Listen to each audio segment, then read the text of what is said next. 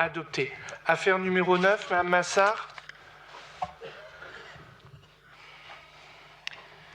Alors, il s'agit de la déclaration de Nantes qui s'inscrit dans le cadre des assises de la transition agroécologique et de l'alimentation durable qui se sont tenues pour la première fois en 2019 à Montpellier, qui vont se tenir tous les 2 ans et une fois sur 2 à Montpellier.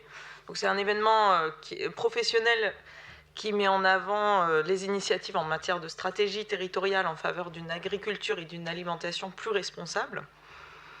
Alors, lors de l'édition de 2022 à Nantes, il a été décidé de poser cette stratégie et de faire cette déclaration de Nantes qui sera signée au Salon de l'Agriculture le 28 février, donc par la ville de Montpellier, et qui met en avant un certain nombre d'engagements, notamment également pour articuler nos actions avec les initiatives internationales qui traitent de ces enjeux, et de partager et de diffuser nos expériences pour contribuer à l'élaboration des politiques nationales et d'identifier les évolutions nécessaires.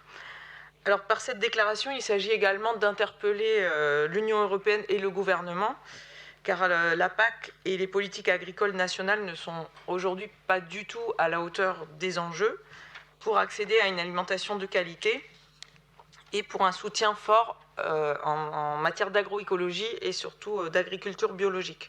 Donc, en tant que signataire de la charte, nous demandons des engagements sur différents points, notamment la priorité à la lutte contre la précarité alimentaire des citoyens les plus fragiles, mais aussi la lutte contre la précarité économique des producteurs, la protection et la reconquête du foncier comme premier pilier de la souveraineté alimentaire et de la résilience alimentaire sur nos territoires, et l'affirmation de l'alimentation comme un service public et un bien commun, notamment dans le cadre de la restauration scolaire. Alors ici à Montpellier, nous avons de nombreux engagements en termes d'alimentation, enfin, que ce soit au niveau de la métropole, mais aussi de la ville de Montpellier. Nous sommes très largement engagés là-dessus, notamment en matière de restauration scolaire, où nous sommes régulièrement sollicités au niveau national, même international, pour venir présenter nos travaux. Ce sera par exemple le cas à la Commission européenne à Bruxelles, où encore la semaine dernière, une délégation interministérielle est venue pour échanger avec nous sur ces travaux. Donc voilà, ce sont des sujets sur lesquels nous sommes fortement reconnus, et depuis récemment également sur des nouvelles formes de solidarité alimentaire, comme la caisse alimentaire commune et d'autres sujets autour de ces thématiques. Je vous remercie. Merci Mme Massard. Y a-t-il des questions?